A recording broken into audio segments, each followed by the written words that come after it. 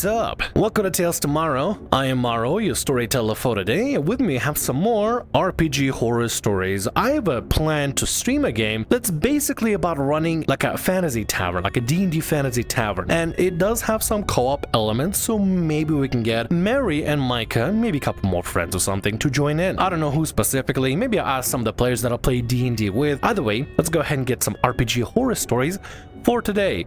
Because we're not here to discuss my live streaming plans to be. I need to live stream more. Anyway, let's get some stories. Scripted losses for the sake of character development and consider it a calibration encounter. This was advertised as a play as a monster game. A number of one-on-one campaigns for several players run concurrently. The rule set is a hodgepodge of D&D 3.5, Pathfinder 1E, D&D 5e, and apparently other systems. Very little about it was actually written down, so I had to keep asking for details, and even then I still only know a sliver of the rules. You have all these systems together and you don't even write it down as a DM for people to check back on? How do you keep track of that? Good lord, that sounds like a nightmare. GM asked what I wanted to play, and if I had any campaign preferences. I said that I wanted to play a shape-shifting dragon, and that I'll prefer a game set in a big city, with a focus on urban investigation and intrigue. GM told me to make a second-level humanoid bard or rogue. My character would have amnesia and no equipment, start off in a small town, and would eventually remember that they're supposed to be a dragon.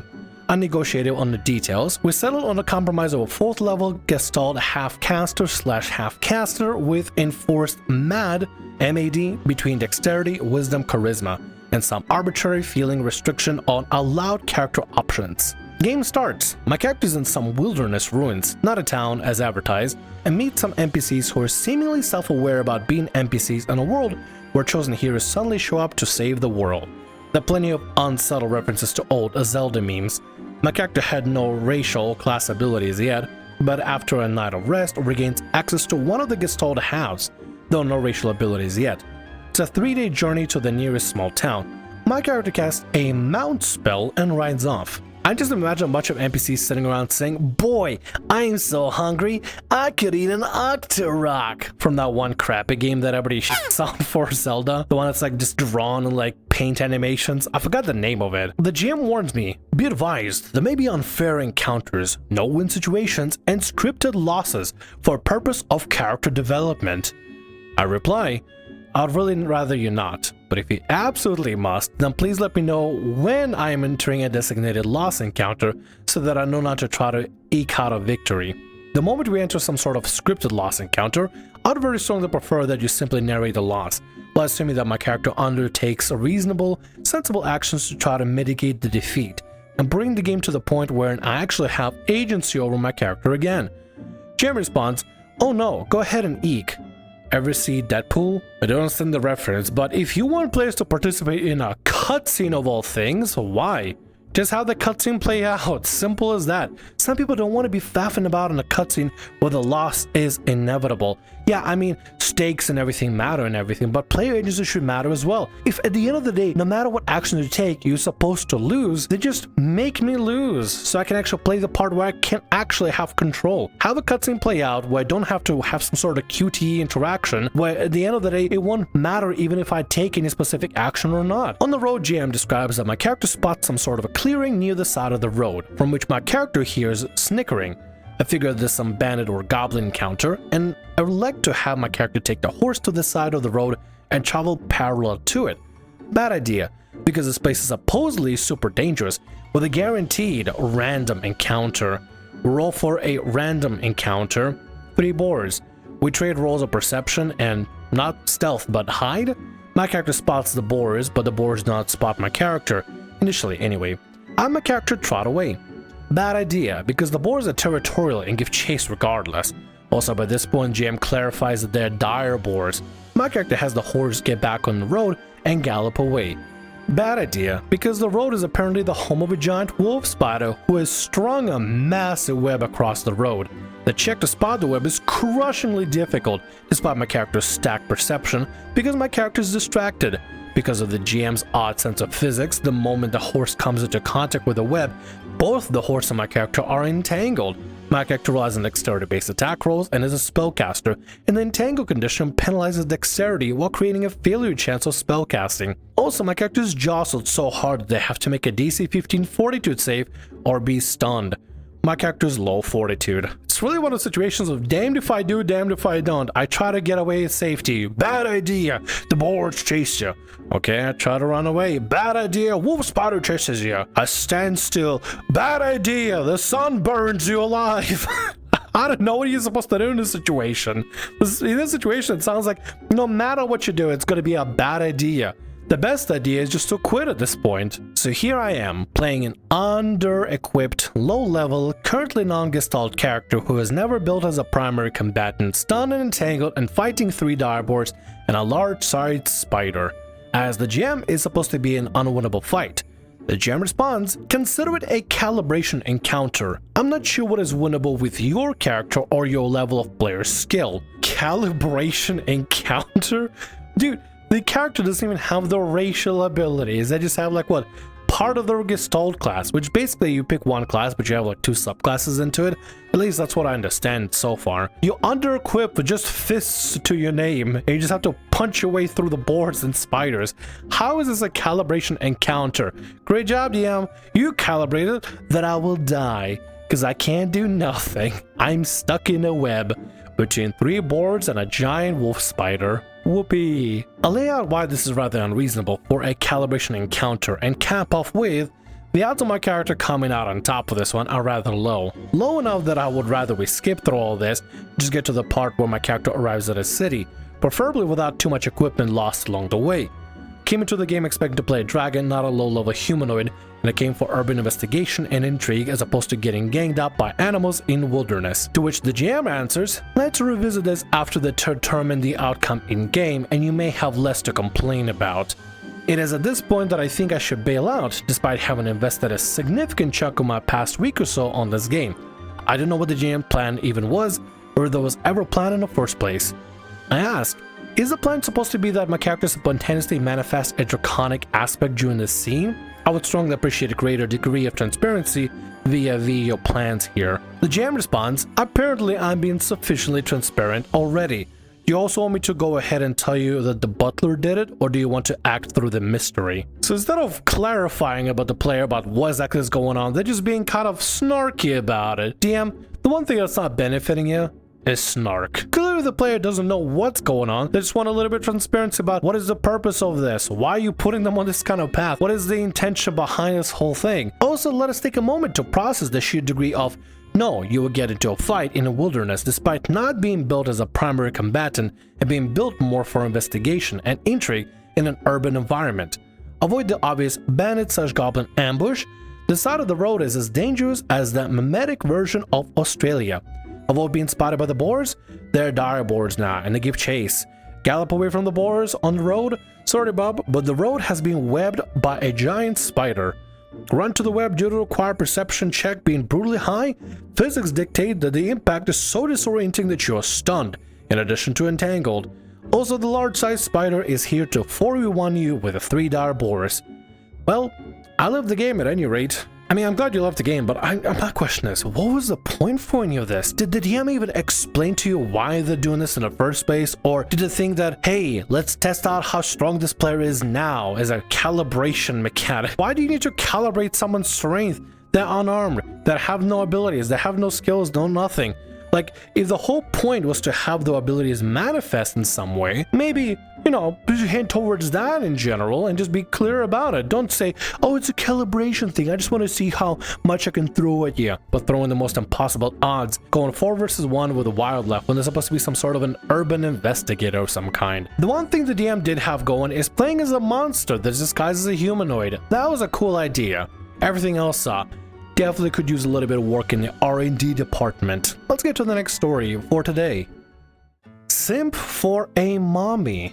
To preface this one, the problem player in the scenario was going through a rough patch at the time. However, I cannot ignore the tone shift he went, hence why I share this. It was a one-time thing, but a horror story nonetheless, as he out of nowhere became the stereotypical neckbeard and derailed the session.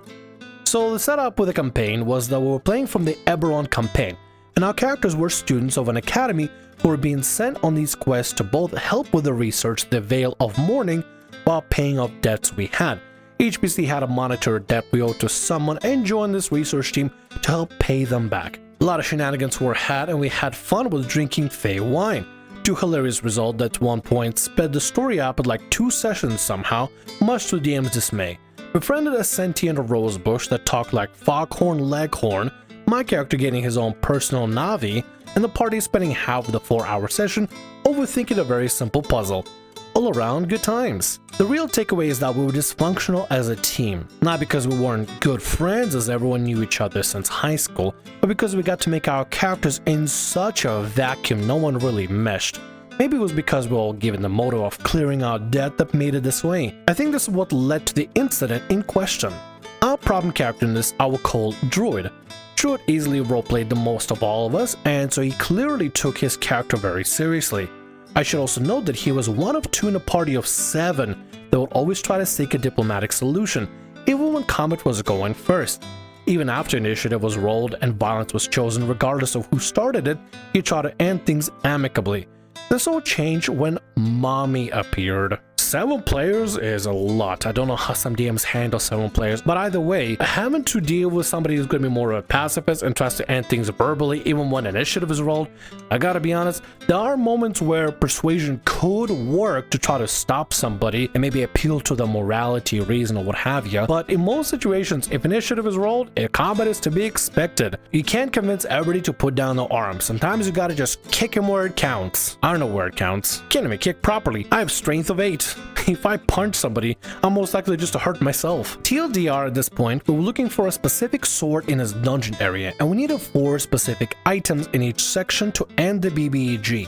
We entered a ruined tower we discovered in this mystical forest and were met by a very voluptuous woman. Immediately after the DM described her, Druid went into full neckbeard mode. I'm talking full on milady.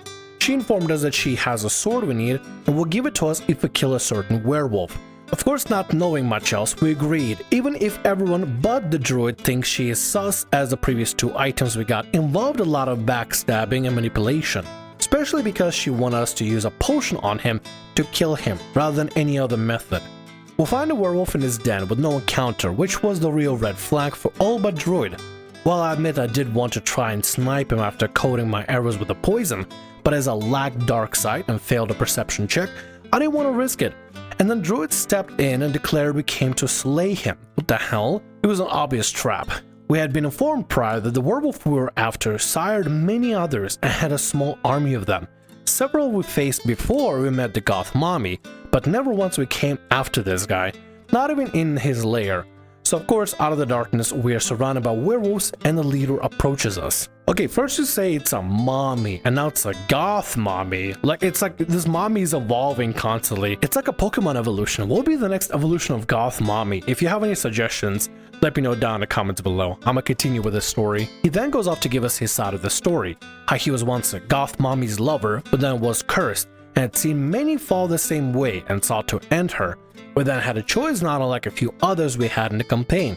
We could kill this werewolf and his followers and get the quest item without a fight. I emphasize that newscast because it was the most disturbing to me given all of this. She made this part clear, but that didn't mean there was no added cost. Or we could join the werewolf and his army to defeat OP Goth Mommy. As a party we were torn. Either fight was going to be hard yet winnable, but we were leaning to siding with the werewolf because I point out that we kinda struggle with fights involving mobs and only worrying about one enemy would be easier. Our party was kinda mismanaged. Once it was clear that more in favor of the werewolf, Druid went full white knight and decided that he'd fight for Milady, even for reasons no one yet understands. Acted as though she was there and gave him the sword to slay the beast. We mostly joked about these, in character and out of character, saying that he was whipped while still discussing what to do. But then he demanded to roll initiative. That's when things went south. We all did as the DM said to. Druid attacked while we did nothing. We didn't know what was going on, but as we weren't hostile, we didn't get attacked while he got stomped. We weren't sure he was trying to retire the character or not really, as all of this was out of character for him. But if he wanted death, we weren't gonna stop him. Wait a minute, hold on. So The pacifist that wants to talk it all out druid chooses to lay their life for mommy. A fictional character, a fictional, not existent, not a real character, just an NPC, a goth mommy. That basically was like, hey, poison a werewolf and kill him. Come back to me for a sword. This is the weirdest time to choose to fight of all times for a fictional goth mommy. After he was down, Druid left the room. Things got awkward after that. So much so that a wizard left to do as to check on Druid. Turns out he was taken out joking, which by the way was typical for this party, as we all players like the ones who hated each other, yet tolerated each other for their own sake, so such jabs were every day. And even our not helping in a fight, which we were not in agreement yet on, and his motives were very much unreasonable, as though we didn't care about him IRL. I'm not gonna lie, for the first few months he did join, I was apprehensive. In high school, him and I never got along, and I knew his bad reputation as even back then he was into drugs. But over time I saw that he had made progress and I was warming up to him. But then his personal life took a turn. I can't help but feel this is what caused the incident. He gotten better since. Last few sessions have been like those old ones where we were having fun. We're all on good terms. I just wanted to bring this one up because it's the biggest horror story I have, as one player made a complete character shift out of nowhere, and it was likely due to personal issues.